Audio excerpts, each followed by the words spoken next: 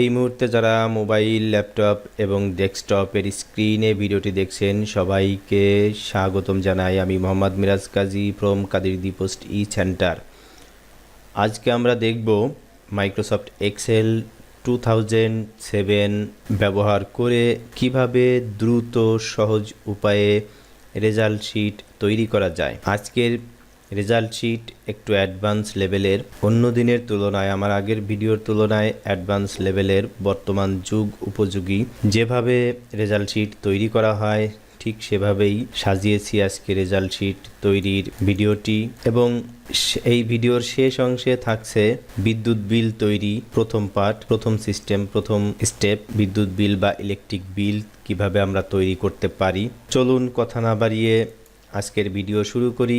আশা করি শেষ পর্যন্ত সাথে থাকবেন, শেষ পর্যন্ত ভিডিওটি মনোযোগ সহকারে দেখবেন। ওকে, কথা না বাড়িয়ে আমরা দেখি কিভাবে রেজাল্ট শিট তৈরি করা যায় এবং ইলেকট্রিক বিল কিভাবে তৈরি করা যায়। Let's go.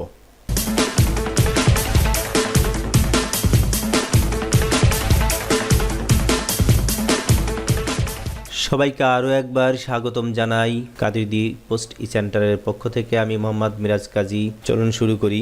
দেখুন, এখানে বলা হয়েছে রেজাল্ট শিট 7 অ্যাডভান্স। আমার অন্যান্য ভিডিওর থেকে আজকের টিউটোরিয়ালটি একটু অ্যাডভান্স রেজাল্ট শিট তৈরি করার পদ্ধতি দেখাবো। বর্তমান যুগ উপযোগী যে সিস্টেম, যেভাবে জিপিএ গ্রেড ব্যবহার করা হয়, রেজাল্ট শিট তৈরি করা হয়, ঠিক সেরকম আমি সাজিয়েছি। স্ক্রিনে আপনারা অবশ্যই দেখতে পাচ্ছেন। প্রথমে নাম, সাবজেক্টের নাম, প্রথম পার্ট, দ্বিতীয় পার্ট এবং এর টোটাল, তারপর জিপিএ, তারপর subject first part, second part, total, GPA, এরকম করে যতগুলো সাবজেক্ট থাকবে ততগুলো সাবজেক্ট আমরা এখানে দেব। তারপর টোটাল এবং জিপিএ, সর্বশেষে অ্যাভারেজ জিপিএ এবং গ্রেড বের করতে হবে। তো আসুন আমরা দেখি কিভাবে এটি বের করা যায়। মোট বের করার সূত্র, মোট বলতে Bangla first part, Bangla second part. তো এই বাংলা ফার্স্ট পেপার এবং সেকেন্ড পেপারের টোটাল আমরা এখানে বের করব এবং প্রত্যেকটা টোটালের ঘরে ঠিক একই সূত্র, একই নিয়ম, একই ফাংশন ব্যবহার করে আমরা টোটাল বের করব। তারপর এই টোটালের উপর ভিত্তি করে আমরা জিপিএ বের করব, এই টোটালের উপর ভিত্তি করে জিপিএ বের করব এবং এরকম করে প্রত্যেকটি টোটাল থেকে জিপিএ বের করতে হবে। তারপর সর্বশেষের দিকে সমস্ত জিপিএকে অ্যাভারেজ জিপিএ করতে হবে এবং অ্যাভারেজ জিপিএকে গ্রেডে পরিণত করতে হবে। তাহলে কথা না বাড়িয়ে আমরা কাজে নেমে পড়ি। সর্বপ্রথম আমরা প্রত্যেকটা সাবজেক্ট এর প্রথম পেপার, দ্বিতীয় পেপার, ফার্স্ট পেপার, সেকেন্ড পেপারের টোটাল আমরা এখানে বের করব। তো আমরা জানি টোটাল বের করতে হলে অবশ্যই যোগ করা লাগে। যোগের সূত্র এখানে দেওয়া আছে, দেখুন। ইকুয়াল সাম, ব্র্যাকেট শুরু, ফার্স্ট সেল এটি is to last sell, bracket শেষ, লাস্ট সেল এটি। ঠিক আছে, আমরা সূত্রটি ব্যবহার করি। ইকুয়াল সাম, ব্র্যাকেট শুরু, ফার্স্ট সেলের উপর বাম মাউস দিয়ে ক্লিক করুন অথবা সেল নাম্বারটি লিখে দিন, ইস টু। এখন দেখুন সেকেন্ড পেপার, যেটা বাংলা সেকেন্ড পেপার, সেটি কিন্তু আমার সূত্রের কারণে ঢেকে গেছে। এখন এটি আমরা কি করব, প্রথমটিতে যেমন আমরা বাম মাউস দিয়ে ক্লিক করে আমরা সেল নাম্বারটি বসিয়েছিলাম, এখন কিন্তু বাম মাউস দিয়ে ক্লিক করে সেল নাম্বারটি বসানো যাবে না, কারণ এটা ঢেকে গেছে। এখন আমাদের হাতে লিখতে হবে। তাহলে কি লিখব, আমরা দেখব ওই সেল নাম্বারটি কত, C8, ব্র্যাকেট শেষ। C8, এটা সি হলো কলাম নাম্বার আর রো নাম্বার হলো 8, তাহলে C8 এটি আমাদের এই সেলের নাম্বার, সেটি আমরা এখানে লিখে দিলাম। ব্র্যাকেট শেষ করে কিবোর্ড থেকে এন্টার প্রেস করলে আমাদের ফলাফলটা বের হয়ে গেল। এখন দেখুন দ্রুত শর্টকাটে অল্প সময়ের মধ্যে কিভাবে আমরা টেবিলটি সমস্ত কাজ শেষ করি।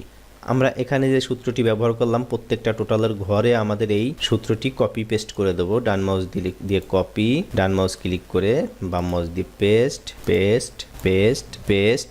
এদিকে যদি আরও থাকে, না আর নেই, তাহলে এবার যেহেতু একই সূত্র একইভাবে বের করতে হবে, সেজন্য আমরা কি করব, এই সেলের উপরে বাম মাউস দিয়ে ক্লিক করে জাস্ট এই নিচের ডান পাশের কর্নারে বাম মাউস রাখলে প্লাস চিহ্ন হবে, এখান থেকে আস্তে করে টান দিয়ে ড্র্যাগ করে আমরা ছেড়ে দেব।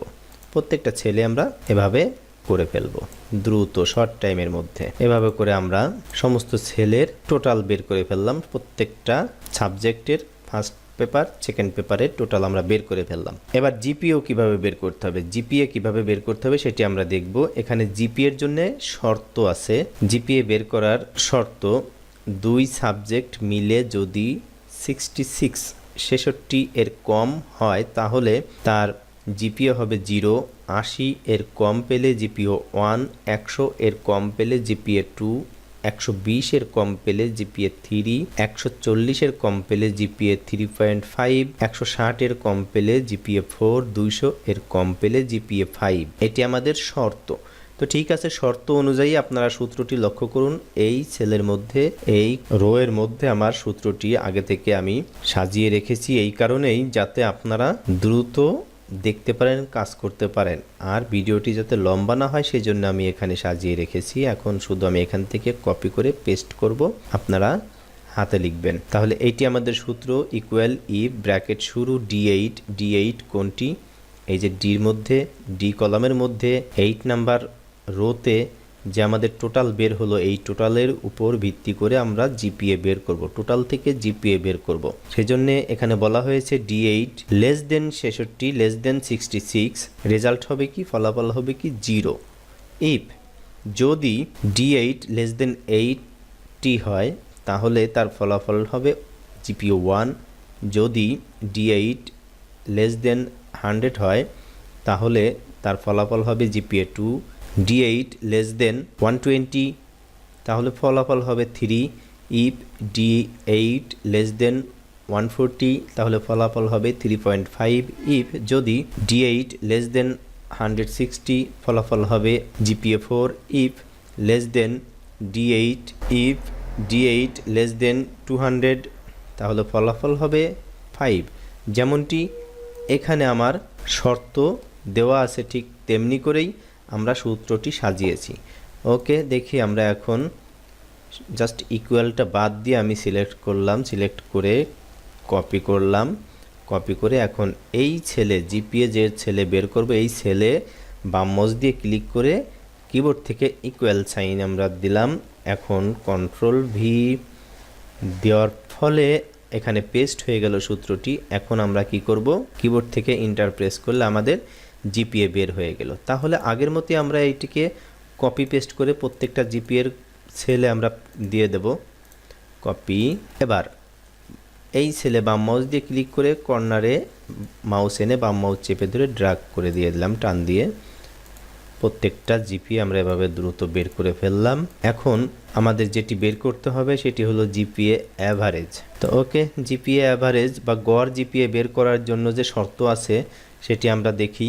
যে কোনো সাবজেক্ট এর জিপিএ 0 বা তার নিচে হলে গড় জিপিএ 0 হবে, গড় জিপিএ 0 হবে এবং সবগুলো সাবজেক্টের গড় বা অ্যাভারেজ জিপিএ বের করতে হবে। ঠিক আছে, আমরা বের করি। এর জন্য সূত্রটি দেখুন এখানে দেওয়া আছে।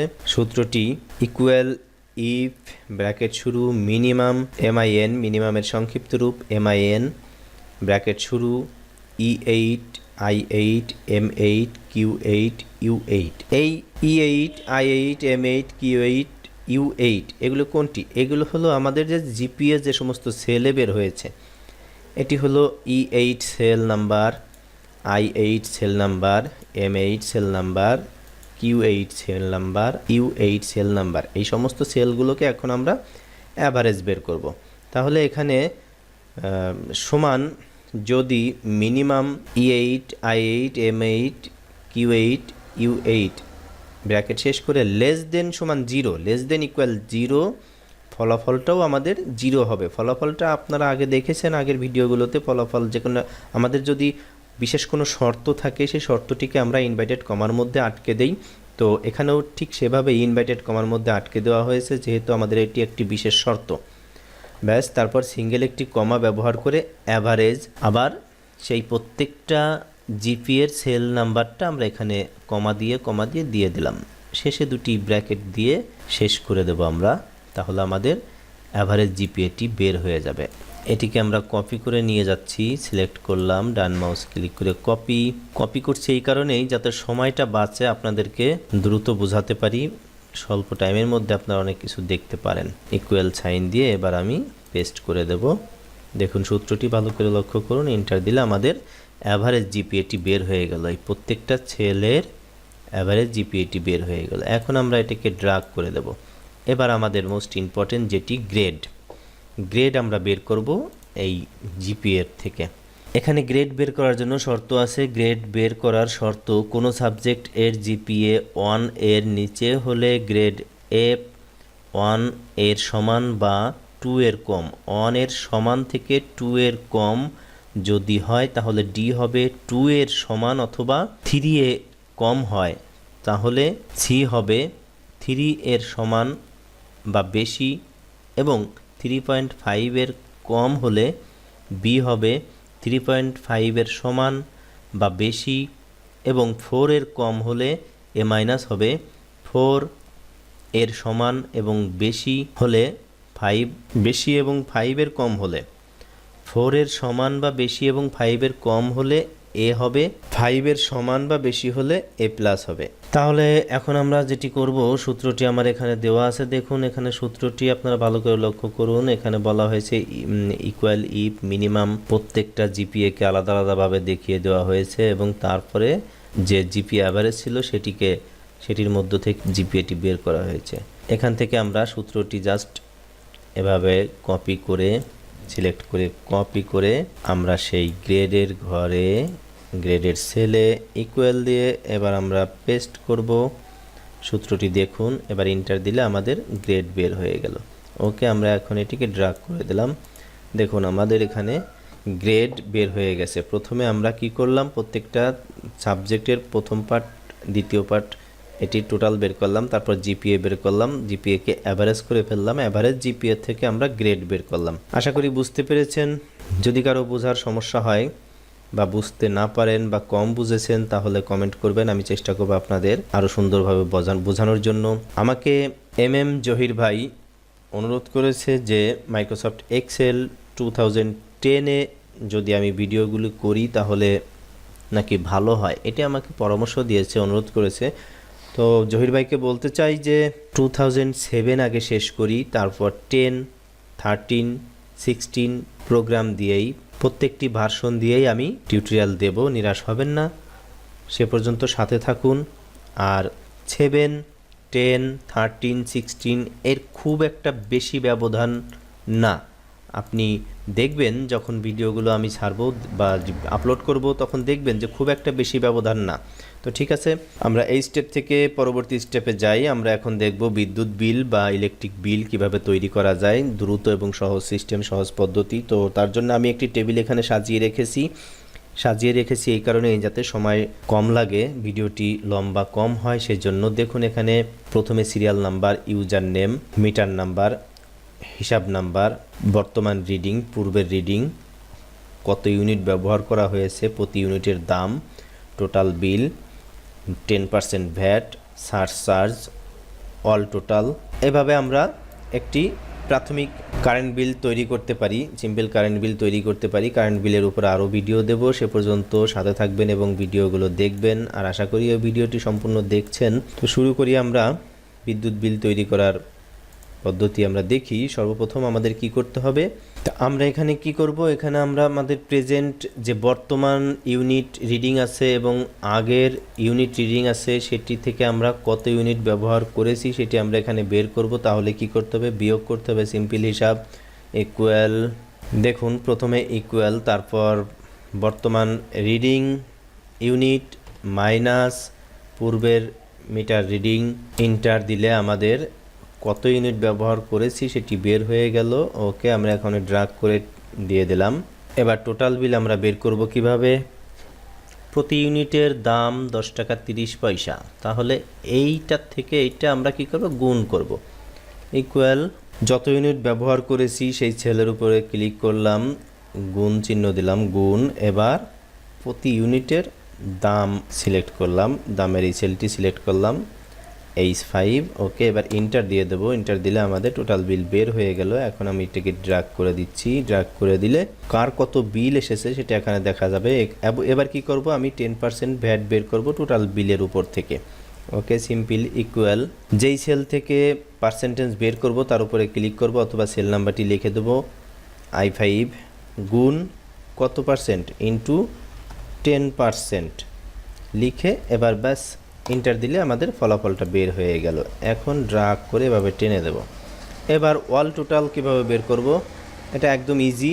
দেখুন এখানে টোটাল আমাদের এত টাকা এসেছে, ভ্যাট এত টাকা এসেছে এবং সার্চ চার্জ সবার জন্যে একই 100 টাকা।